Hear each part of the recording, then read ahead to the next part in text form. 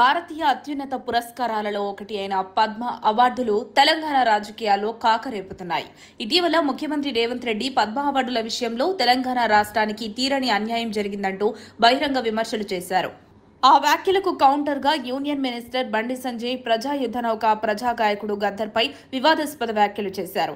గద్దర్ కు పద్మ అవార్డు ఇవ్వాలన్న తెలంగాణ ప్రభుత్వ డిమాండ్ ను బండి సంజయ్ తోసిపడేశారు.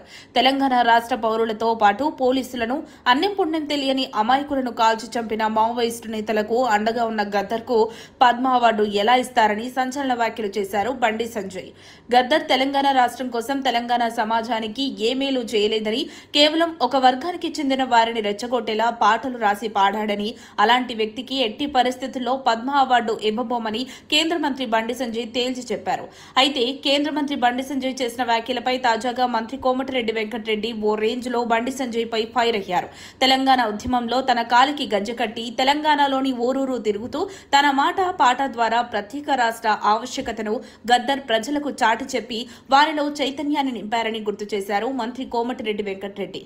తాను చనిపోయే వరకు ప్రజా సమస్యలపైనే పోరాటం చేసిన వ్యక్తి గద్దర్. అలాంటి వ్యక్తి చనిపోతే కనీసం దేశ ప్రధాని నరేంద్ర మోదీ నివాళులు కూడా అర్పించకపోవడం చాలా బాధాకరమని అన్నారు. తెలంగాణ ఉద్యమంలో గద్దర్ పాల్గొన్నప్పుడు అసలు బండి సంజయ్ ఎక్కడున్నాడని మండిపడ్డారు. బాధ్యతాయుతమైన కేంద్ర మంత్రి పదవిలో ఉండి గద్దర్ లాంటి ఓ మహోన్నత వ్యక్తిపై అలాంటి వ్యాఖ్యలు చేయడం సరికాదని మంత్రి కోమటిరెడ్డి ఫైర్ అయ్యారు. ఈ అంశంపై బీజేపీ నేత విష్ణువర్ధన్ రెడ్డి నిన్న సంచలన వ్యాఖ్యలు చేశారు. గద్దర్ కు ఎల్టీటీఈ తీవ్రవాదికి పెద్దగా తేడా ఏమీ లేదని ఆయన అన్నారు. అనేక మంది ప్రాణాలు తీసిన నరహంతకుడు గద్దర్ అంటూ వివాదాస్పద వ్యాఖ్యలు చేశారు విష్ణువర్ధన్ రెడ్డి. భారత ప్రజాస్వామ్య విధానాలకు గద్దర్ వ్యతిరేకి అని, అంతేకాకుండా నిషేధిత మావోయిస్టు గ్రూపుల్లో ఉన్న గద్దర్ కు భారతీయ అత్యున్నత పురస్కారమైన పద్మ అవార్డు ఎలా ఇస్తారని ప్రశ్నించారు.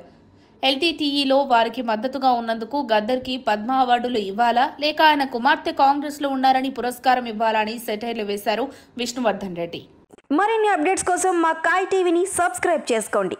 మా వీడియో కనుక మీకు నచ్చినట్లయితే లైక్ చేయండి, షేర్ చేయండి. మీ విలువైన అభిప్రాయాలను కామెంట్ బాక్స్లో తెలియజేయండి.